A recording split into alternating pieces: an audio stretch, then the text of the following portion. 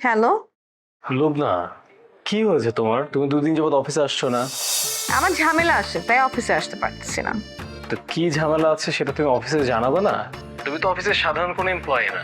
তোমার কথা মতো অফিসে গুরুত্বপূর্ণ ইম্পর্টেন্ট সব ডিসিশনগুলো নেয়।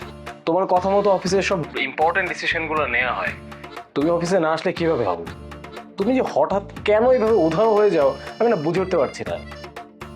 আমি মেয়ে মানুষ, আমার বিয়ের সময় হচ্ছে, আমাকে বিয়ের জন্য প্রেশার দেয়া হচ্ছে, ছেলেপক্ষ আমাকে দেখতে আসবে। এখন আমাকে অফিসে আসতে হবে আর আমি ধেই ধেই করে অফিসে চলে যাব। সেটা হবে কেন? আমার কি ব্যক্তিগত কোনো কাজ থাকতে পারে না? তোমাকে দেখতে আসবে মানে? তোমাকে কে দেখতে আসবে? তোমাকে কেউ দেখতে আসবে না। তোমার সাথে যা পাকাপাকি কথা হওয়ার সেটা আমার সাথে হয়ে গেছে।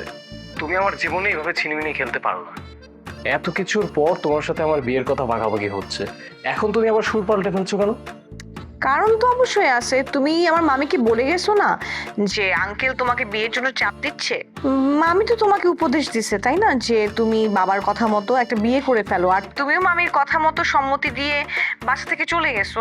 এখন তুমি যদি ডিসিশন নিয়েই নাও যে তুমি আঙ্কেলের পছন্দ মতো মেয়েকে বিয়ে করবা, তাহলে এখানে আমার কি করার থাকে তুমি বলো? তাই আমারও পাত্র খুঁজে নিতে হচ্ছে। আমি তো আর সারা জীবন বিয়ে ছাড়া থাকতে পারবো না, তাই না? না, আমি বুঝতে পারছিলাম যে ওই মহিলা ঝামেলা করবে, এবং আমার ধারণা সঠিক হয়ে গেল। কি তুমি আমার মামিকে বলছো নাকি বলো নাই, কোনটা ঠিক? আমি যতটুকু অনুমান করতে পারি তুমি বলছো। হ্যাঁ বলেছি, বাট সেটা আমি ওনাকে পাশ কাটানোর জন্য বলেছি। আর তোমার বাসা থেকে ফিরে এসেও তো তোমার সঙ্গে আমার কথা হয়েছে। আর তোমাকে আমি বিয়ে করবো সেটা আমি আমার বাবাকেও জানিয়েছি।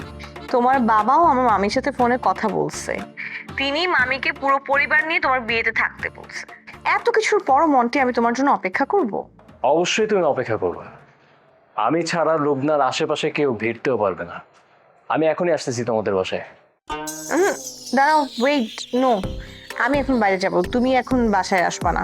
কারণ আমি না থাকা অবস্থায় তুমি বাসায় আসলে মামির সাথে তোমার দেখা হবে, মামি তোমার সাথে উল্টাপাল্টা কথা বলবে, উল্টো ঝামেলা বেড়ে যাবে। উনার কথা আমি কানে নিব না। তুমি থাকো, আমি আসতেছি। অনেক হয়েছে, আর না, অনেক ভাওতাবাজি করছো। এখন আমি যা বলবো তুমি তাই শুনবা। না, আমি তো তোমার কথা মতো চলবো না। আমি কারো কথায় চলার মতো মেয়ে না, আমি আমার কথায় চলবো। তুমি যা বলবা তাই আমি শুনবো। ওই মেয়ে তো আমি না। তোমার বেশি বুদ্ধি তাই তুমি বেশি বিপদে পড়ো, আমার কম বুদ্ধি তাই আমি কম বিপদে পড়ি।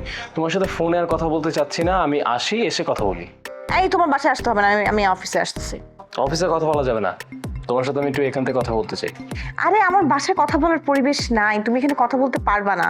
তুমি কথা বলতে চাইলেই মামি এখানে এসে পরিবেশটা নষ্ট করে দিবে, উল্টো হিতে বিপরীত হয়ে যাবে। কিছুই হবে না। আমি জানি এই মহিলা ঝামেলা করবে। এই মহিলা তো তোমার ভালো চায় না। আর আমাকে কি আর বলবে, বলুক, আমি এত কিছু মাথায় নেবো না। আমি মাথায় না নিলেই তো হলো, তাই না? তোমার এত কিছু ভাবতে হবে না, তুমি থাকো, আমি আসতেছি। আচ্ছা, আসো। ওকে, বাই।